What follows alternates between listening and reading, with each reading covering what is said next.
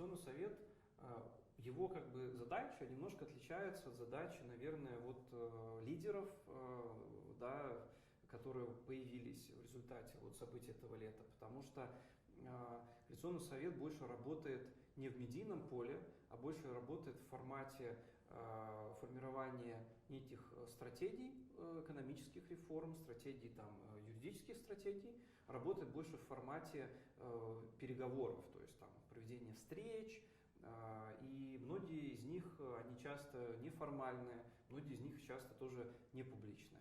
Поэтому в этом смысле Коалиционный совет тоже отличается. И, конечно, ну, например, очень сложно соревноваться со Светланой, которая была избрана большинством белорусов 9 числа, за нее голосовало большинство белорусов. Она сейчас очень активна в медиаполе. И, конечно, у нас немножко Мы здесь... очень этому рады. Да. На самом деле это преимущество Коалиционного совета, что на самом деле у нас более 50 членов Коалиционного совета, и публичность у них у всех разная. Мы видим, что власти не готовы к такому диалогу. Они не готовы слушать, они не готовы слышать, они не умеют. Как вот есть шутка, что если у тебя есть молоток, то повсюду гвозди, вот так и система, которую построили текущие власти, она как молоток умеет только организовывать репрессии, а не какой-то диалог. Непонятно, о чем говорит на Всенародном белорусском собрании. Непонятно, кого туда приглашать. С кем говорить? С кем говорить, о чем зачем? говорить. В принципе, уже многое сказано, и в итоге, получается, это собрание никому не нужно. Оно нужно только самому бывшему президенту для выступления. Но страшно. Но страшно, да. Поэтому и провести вроде бы как бы обещалось и нужно. Но провести так, как хочется, вызовет негативную реакцию, а провести так, как надо, смелости нету. Вот поэтому и переносится уже в который раз. Лукашенко-то как бы пока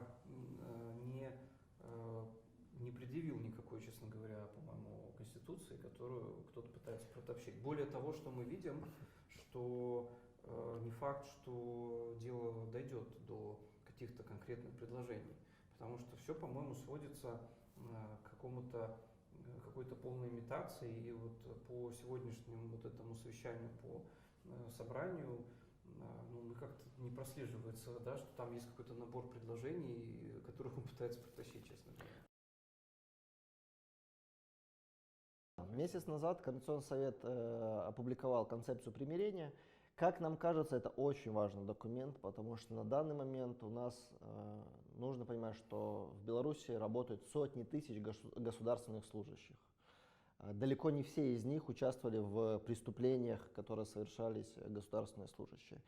И если мы хотим, чтобы Беларусь развивалась дальше, то как раз-таки восстановление законности и примирение внутри белорусского общества – это очень важная тема. Есть уже шутка, что в принципе в Беларуси есть одно большое желание новогоднее у всех. Да, но у нас тоже Вы знаете, какое это? Да, но у нас тоже есть, мы это очень сильно разделяем. Но в целом, ну, знаете, ну, это все-таки марафон, и, ну, это, наверное, 15-20 раундов, которые предстоит отыгрывать, и мы все вместе совершенно блистательно отыграли первые 3 раунда и их выиграли. И сейчас, конечно, в следующих раундах ну, нас пытаются как-то перехватить наше преимущество. Но нельзя останавливаться. И 2021 год это будет другой год. Более того, это будет один из самых важных, возможно, времени за всю историю Беларуси, да? Потому что в этом году мы заложили очень хороший фундамент для построения новой Беларуси.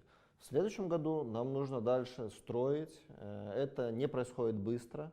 Мы видим, что будут сложности, но именно благодаря тому, что белорусы остаются сплоченные, именно благодаря тому, что белорусы вместе выходят, каждую неделю у себя на работе, у себя во дворах, везде думают только про перемены, вот с таким настроем все точно у нас будет у всех хорошо.